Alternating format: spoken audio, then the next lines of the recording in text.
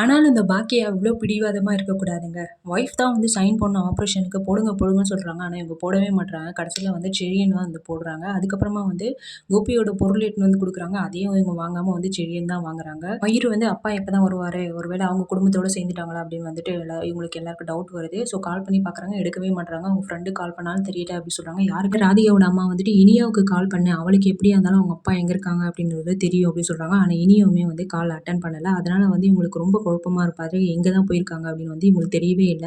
So இந்த side வந்துட்டு அவங்களுடைய பர்ஸ வந்து பார்க்குறாங்க கோபியோட அம்மா. அதுல வந்து அவங்க அம்மா ஃபோட்டோ தான் வச்சிருக்காங்க. என் புள்ளைய நான் வந்துட்டு இந்த தடவ விட்டுறக்கூடாது. தனியா விட்டுருக்க கூடாது. அவன் வந்து படிப்புல வந்து ரொம்ப கெட்டிக்கார பையன். நல்ல பையன். அவன்ட்ட எந்த கெட்ட பழக்கமுமே இல்ல. இப்பதான் அவனுக்கு ஏதோ நேரம் சரியில்ல தனியா விட்டு போயிட்டான். ஒருவேளை அவனுக்கு ஏதாவது ஆயிடுச்சு அப்படின்னா, நான் இருக்க மாட்டேன் அப்படின்னு வந்து சொல்றாங்க. உடனே பாக்கிலாம் வந்து எல்லாரும் ஆறுதல் சொல்றாங்க. உங்க பையனுக்கு எதுவும் ஆவாது அப்படி சொல்லிட்டு. ஸோ ஆப்ரேஷன் நல்லபடியா முடிஞ்சுச்சு அப்படின்னு சொல்லிட்டு டாக்டர் சொன்னதுக்கப்புறம் தான் இவங்களுக்கு நிம்மதியா இருக்கு. ஆனா வந்து 2 நாள் வந்து ஐசியூல இருக்கணும் அப்படின்னு வந்து சொல்றாங்க. ராதிகா வந்துட்டு எப்படியும் வந்து அவங்க வீட்ல தான் இருப்பாங்க. நம்ம அங்க போய் பார்க்கலாம் அப்படின்னு சொல்லிட்டு போய் பார்க்கும்போது வீடு எல்லாமே பூட்டியிருக்கு. அவங்க அம்மாவ பின்னாடி வந்து பார்க்குறாங்க. வீட்ல யாருமே இல்லடி அப்படின்னு வந்து சொல்றாங்க.